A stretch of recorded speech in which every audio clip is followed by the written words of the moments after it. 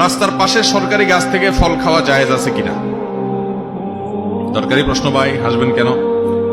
রাস্তার ধারে যে সমস্ত ফল গাছ থাকে, এই ফল গাছগুলো যদি বিশেষ কোনো ব্যক্তির ব্যক্তি মালিকানাধীন ফল না হয়, সরকারি গাছে সরকারি রাস্তায় সরকারি গাছে অনেক সময় ফল হয়, বা অনেক সময় ব্যক্তি মালিকানাধীন হলেও সেটাকে অনেক সময় রাস্তার ধারে এভাবে ওপেন রেখে দেওয়া হয়, এটার ফল এগুলোকে হেফাজত করার জন্য, সেভ করার জন্য, নিরাপদ করার জন্য কোনো আয়োজন থাকে না, ওপেন থাকে।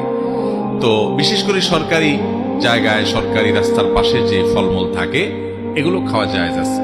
এগুলা চাইলে কেউ খেতে পারেন, যেহেতু এগুলোকে সংরক্ষণের কোনো ব্যবস্থা করা হয় নাই, এর মানে এটা ওপেন, এটা উন্মুক্ত আছে, এটা চাইলে কেউ খাইতে পারে। একটা হাদিসে নবী করিম সাল্লাল্লাহু আলাইহি ওয়াসাল্লাম বলেছেন, কেউ যদি কোনো ফলের বাগানে যায়, সে সেখানে খেতে পারবে, কারণ তখনকার সমাজে বাগানে গেলে খাওয়ার পারমিশন সবাইকে দিত। এখনো আছে অনেক দেশে পৃথিবীতে যে ওখানে ঢুকলে খেতে পারেন।